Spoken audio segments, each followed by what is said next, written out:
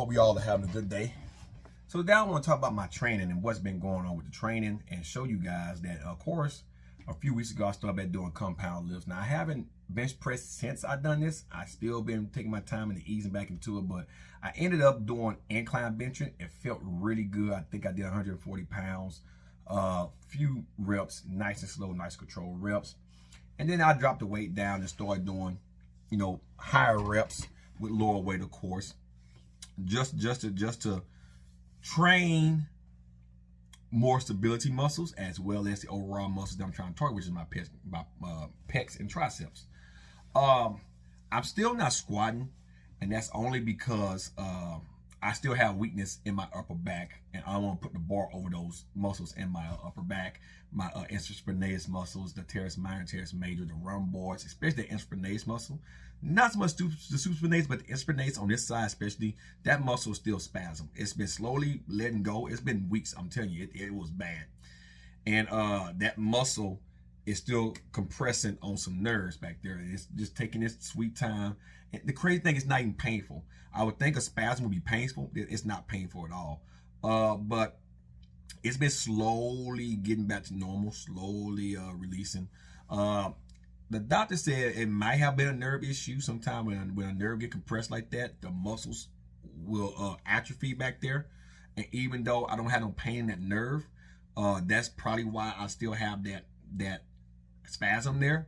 But it's been slowly coming back and coming back. So all I can do is just wait and be patient, because it takes time for a nerve to heal once it's been compressed like that. I think it's like a centimeter every day, so it goes from the injury down.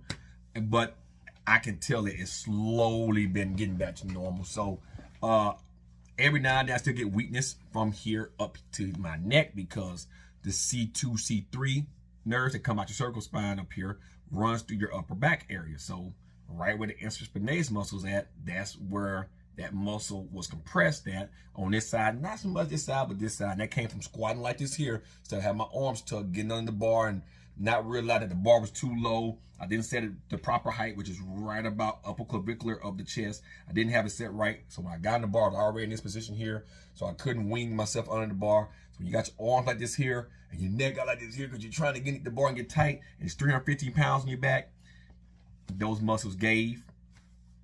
But actually the nerve got compressed when I came up, and those muscles went like this here, and I felt weak from here down to my feet. Like I just went limp. I'm like, what the fuck is this?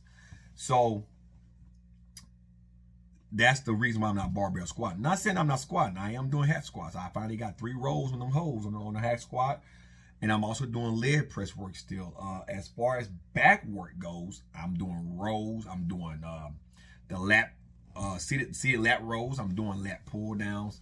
I'm actually doing some face pulls from time to time. Now, it's hard in the gym that I go to record a lot of stuff.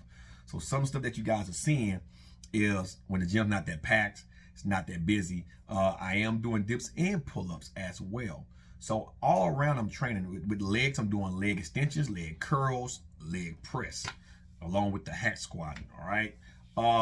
I'm still doing barbell curls, tricep push downs, push-ups. And as far as my lower back goes, they have a back extension machine that I've been using.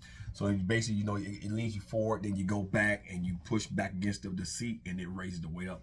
So I've been doing back extensions. Now they got actual, what you call it, like the row for the hyper back extension, where you do it with your own body weight. You come up parallel, a little bit past parallel, kind of hyperextend, go down and up.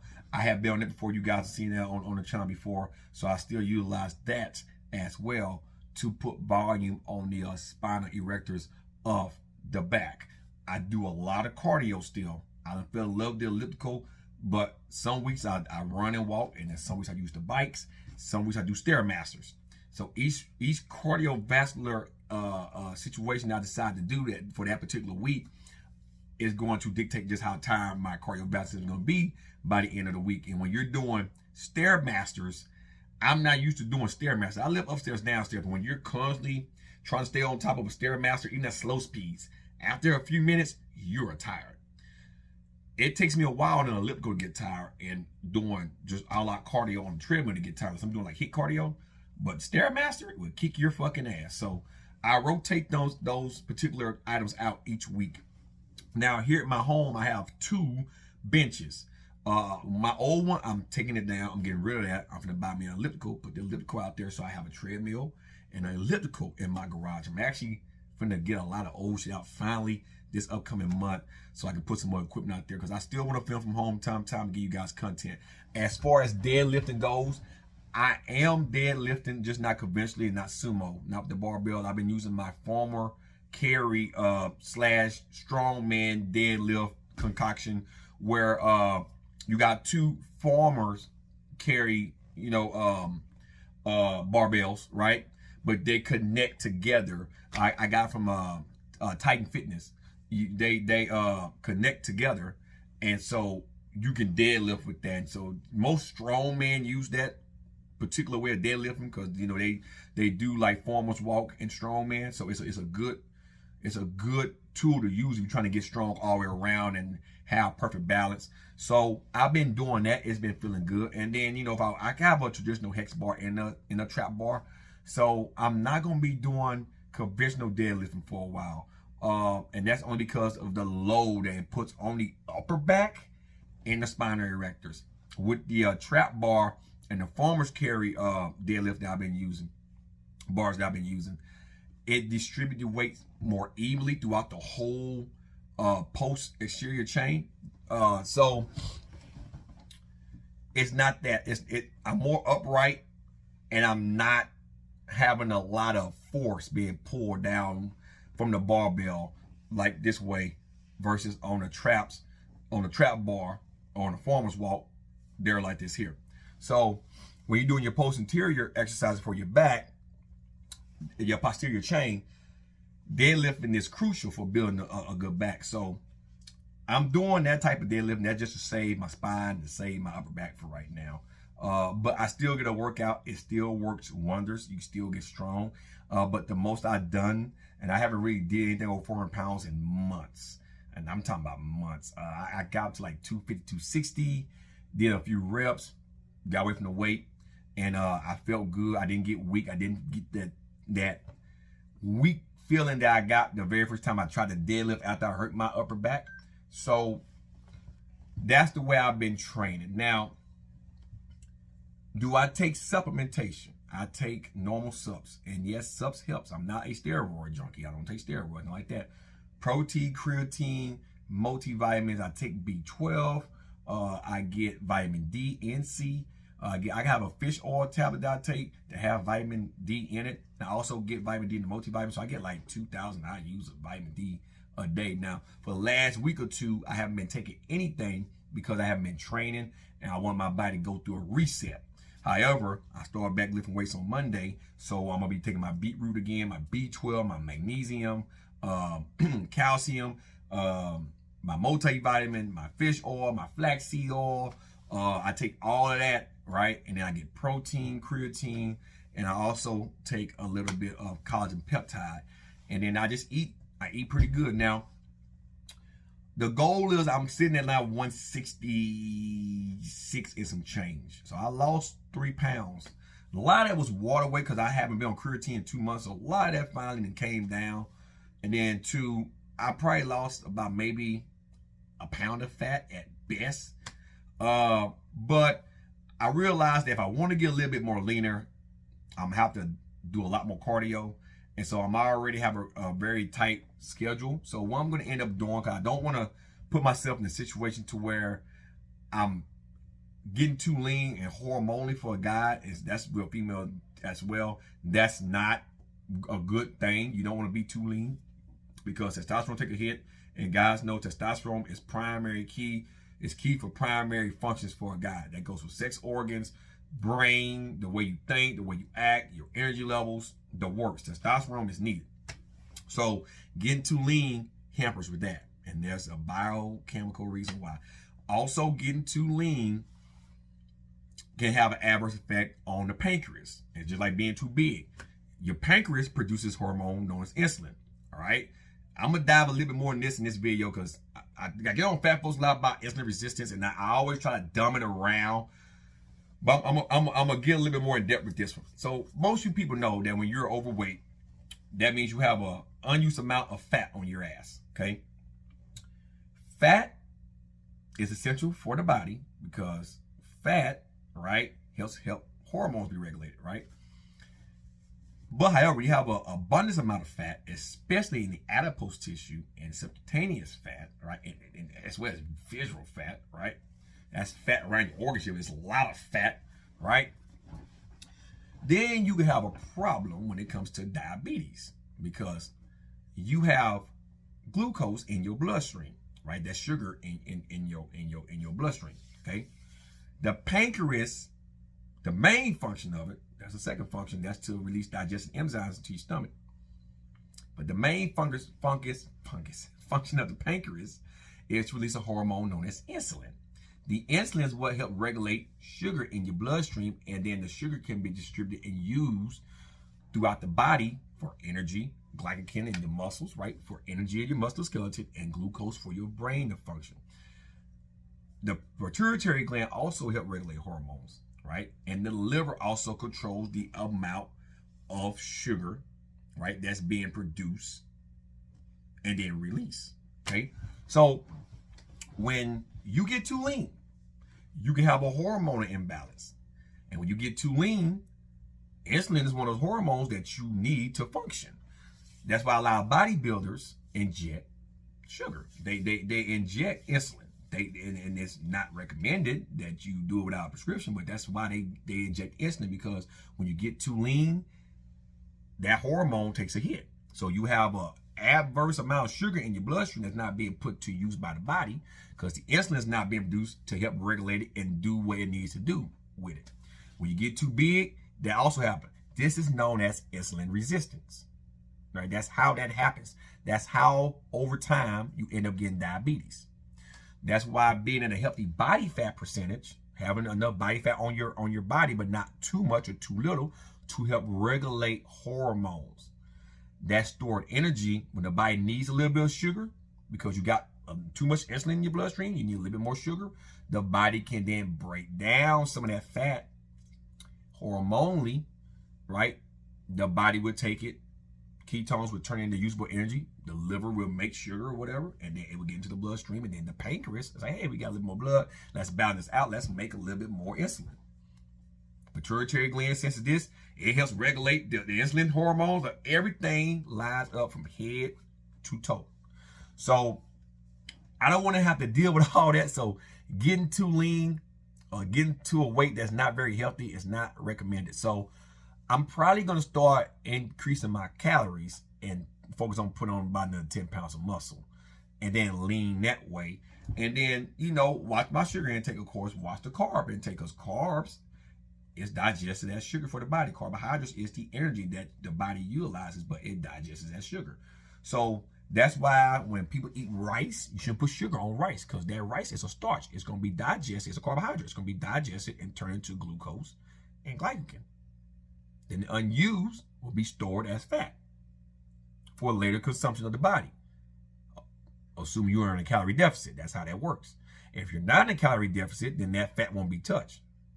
And then you just keep ingesting foods and you gain weight, and then you'll have a problem. So when we talk about diabetes, it happens to slim folks and big folks. All right. And I was talking about this on the members video about Emily Reed and Pretty Beauty and all that shit. And so when I say pancreas, insulin resistance, and it's a lot of health complications that come with insulin resistance, guys. You run a high risk of a cardiovascular episode.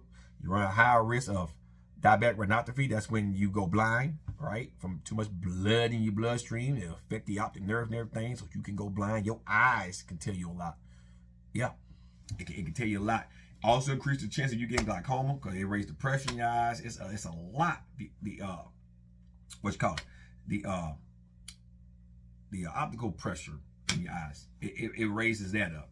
So there are a lot of things that can happen. You run a high risk of kidney failure. It's a lot. So my advice is stay healthy, and that's what I'm trying to do. I'm not trying to be this big, huge, strong fucking guy.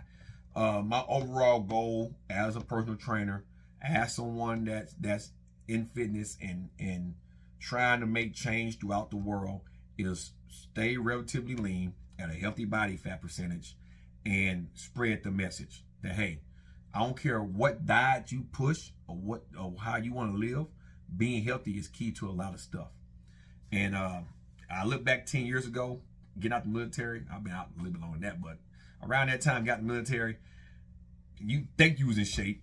At least I thought I was, but I was doing a lot of smoking, a lot of drinking to numb down my issues. I got fat, and that's what this is. And this slowly, you guys remember, it'll be right here now, it's slowly going away. So you're talking to someone that been there, done that, did that. The old me, when I would make love to my wife, I would sweat all over the place. The new me now, don't sweat while fucking. Think about that, man. If you don't have your heater on in your house and you're fucking and you're sweating, that's a problem. That means you're tired. That means you're winded. Do something. When you can have sex and you don't sweat, you got a good cardiovascular system, especially you fuck hard like I fuck. I like to fuck. All right? So, all of that, and then having kids wanted me to change my life. Now, the 37-year-old me, I say it all the time, will run circles around the 18-year-old me. Will run circles. Run circles. So that's how my training's going. I'm gonna start back on Monday's New Year's, so Tuesday, because the gym will probably close on New Year's Day. So I'm gonna start back training on Tuesday, and I'm probably gonna shoot some footage from inside the gym, assuming it's not too packed, because it's New Year resolution. So the gym might be fucking packed. All right. But if it isn't too packed, I'm gonna try to bring some content from inside the gym. I am finna increase the weight. I'm fin to do a little bit of strength training this cycle for the next 10 weeks. Not saying I'm not getting away from the foundational training, building the foundation. So I'm working more on volume than anything, and taking the muscles, mainly the failure. But since I'm using machines, you can go to failure on the machines. But I want to start doing some heavier lifting now, because I'm getting used to what I've been doing. So it's progressive overloading. So I'm going to go a little more heavier. So it's going to be a little more strength training induced. So the volume is going to come down just a little bit, but the intensity will have to go up. And that will lead to hypertrophy still, and that will lead to mTOR, signal for muscle growth, all that good shit. And like I say, I'm going to increase my calories by another 300 calories at least, and cut my cardio down to no more than twice a week of cardio. Instead of doing 3 to 4 times a week, I'm cutting back twice a week. And that's just for maintenance. That just stay where I'm at, keep the heart good, push a little harder, but not overdo it, and then go from there. So that's my goal for the next 10 weeks. Like I say, I'm a little flat now, so I haven't been taking my creatine. I got blood work coming up, so I want my creatinine levels to get down low, and creatine will raise that up, and it takes a few weeks for that to get back to normal. When you stop taking creatine, I was taking creatine for like 3 months, so it takes a while for all that saturated creatine in your muscles to filter out by the kidneys, so that raises your creatinine levels.